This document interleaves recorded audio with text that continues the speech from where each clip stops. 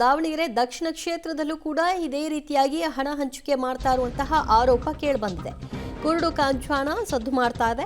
ಕಾಂಗ್ರೆಸ್ ಕಾರ್ಯಕರ್ತರಿಂದಲೇ ಮತದಾರರಿಗೆ ಹಣವನ್ನು ಹಂಚಿಕೆ ಮಾಡ್ತಿರುವಂತಹ ಗಂಭೀರ ಆರೋಪ. ದಾವಣಗೆರೆಯ ಎಸ್ಪಿಎಸ್ ನಗರದಲ್ಲಿ ಹಣ ಹಂಚ್ತಾ ಇದ್ದಾರೆ ಅನ್ನೋದಕ್ಕೆ ಸಂಬಂಧಿತ ಕೆಲವೊಂದಷ್ಟು ಸಾಕ್ಷ್ಯಗಳು ಕೂಡ ಲಭ್ಯವಾಗಿದೆ. ಮಾಜಿ ಪಾಲಿಕೆ ಸದಸ್ಯ ಪಾಮೇನಹಳ್ಳಿ ನಾಗರಾಜ್ ಅವರಿಂದ ಹಣ ಕೊಟ್ರೆ ವೋಟ್, ಇಲ್ಲಾಂದ್ರೆ ನೋ ವೋಟ್ ಅಂತ ಜನ ಕೂಡ ಹೇಳ್ತಿದ್ದಾರಂತೆ. ಹಾಗಾಗಿ ಅನಿವಾರ್ಯವಾಗಿ ಹಣ ಕೊಡ್ತಾ ಇದ್ದೀವಿ ಅನ್ನುವಂತಹ ವಿಚಾರ ಅಲ್ಲಿ ಗೊತ್ತಾಗ್ತಿದೆ. ಜನ ಕೂಡ ಹಾಗೆಯೇ ಹಣಕ್ಕಾಗಿ ಮತವನ್ನ ಹಾಕೋದಕ್ಕೆ ನಿರ್ಧರಿಸ್ಬಿಟ್ಟಿದ್ದಾರೆ. ಯಾರು ಹೆಚ್ಚು ಹಣ ಕೊಡ್ತಾರೋ ಅವ್ರಿಗೆ ಮಾತ್ರ ನಾವು ವೋಟ್ ಹಾಕ್ತೀವಿ ಅಂತ.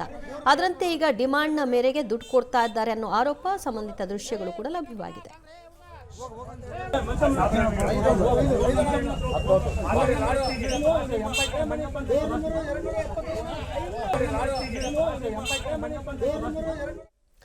ಮತ್ತಷ್ಟು ಮಾಹಿತಿ ಪಡೆಯೋಣ ನಮ್ಮ ಪ್ರತಿನಿಧಿ ಪುನೀತ್ರಿಂದ. ಪುನೀತ್, ಇದು ಯಾವಾಗ ಹಣ ಹಂಚಿರೋದು? ಇವತ್ತು ಹಂಚ್ತಾ ಇರುವಂತಹ ಆರೋಪನ, ಅದಕ್ಕೆ ಸಂಬಂಧಿತ ದೃಶ್ಯಗಳು ಕೂಡ ಲಭ್ಯವಾಗಿದೆ. ಈಗ ಚುನಾವಣಾ ಆಯೋಗಕ್ಕೆ ಇದನ್ನ ಗಮನಕ್ಕೆ ತಂದಿದ್ದಾರೆ.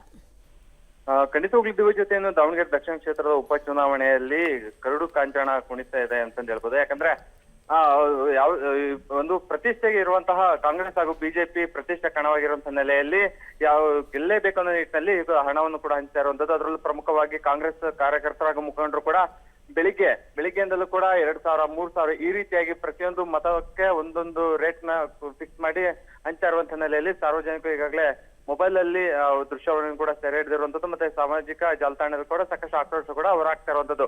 ಯಾಕಂದ್ರೆ ಈ ರೀತಿಯಾಗಿ ಹಣವನ್ನು ಕೊಟ್ಟು ಗೆಲ್ಲೋದೇನಿದೆ, ಜನರು ಯಾವ ರೀತಿಯಾಗಿ ಓಲೈಕೆ ಮಾಡ್ಕೊಳ್ಬೇಕು, ಮತ್ತೆ ಅಭಿವೃದ್ಧಿ ಕೆಲಸ ಮಾಡಿ ಅವ್ರನ್ನ ಓಲೈಕೆ ಮಾಡ್ಕೊಂಡು ಹೋಗ್ಬಿಟ್ಟು ಈ ರೀತಿಯಾಗಿ ಹಣವನ್ನು ಕೊಟ್ಟು ಓಲೈಕೆ ಮಾಡ್ಕೊಂಡಿದ್ದಾರೆ, ಮತ್ತೆ ಮತದಾರನ ಖರೀದಿ ಮಾಡ್ತಾ ಇದಾರೆ ಅನ್ನುವಂತಹ ಆರೋಪ ಕೂಡ ಕೇಳ್ಬರ್ತಾ ಇರುವಂತದ್ದು. ಈಗಾಗಲೇ ಜಿಲ್ಲಾಡಳಿತ ಕೂಡ ನಾವು ಈ ರೀತಿಯಾಗಿ ಅಕ್ರಮವಾಗಿ ಅಂದ್ರೆ ಮತದಾರರಿಗೆ ಆಮಿಷ ಒಡ್ಡೋದು ಮತ್ತೆ ಮತಗಳನ್ನ ಖರೀದಿ ಮಾಡೋದು ಏನಾದ್ರು ಗೊತ್ತಾ ಇದ್ರೆ ನಾವು ಕಠಿಣ ಕ್ರಮ ತೆಗೆದುಕೊಳ್ತೀವಿ ಅನ್ನುವಂತ ಒಂದು ಮಾಹಿತಿಯನ್ನು ಕೂಡ ಸುದ್ದಿಗೋಷ್ಠಿಯಲ್ಲಿ ಹೇಳ್ತಾ ಇರೋ ಹೊರತು ಒಂದು ಬೆಳಿಗ್ಗೆನೆ ಅಂದ್ರೆ ಈ ರೀತಿಯಾಗಿ ಹಣ ಹಂಚ್ತಾ ಇದ್ರು ಕೂಡ ಅಲ್ಲಿ ಯಾವ ಅಧಿಕಾರಿಗಳು ಕೂಡ ಇಲ್ಲ ಅನ್ನುವಂತಹ ಒಂದು ಆಕ್ರೋಶ ಕೂಡ ಸಾರ್ವಜನಿಕರು ಹೊರ ಹಾಕ್ತಿರುವಂತದ್ದು. ಥ್ಯಾಂಕ್ ಯು ಪುನೀತ್, ನಿಮ್ಮೆಲ್ಲ ಮಾಹಿತಿಗೆ.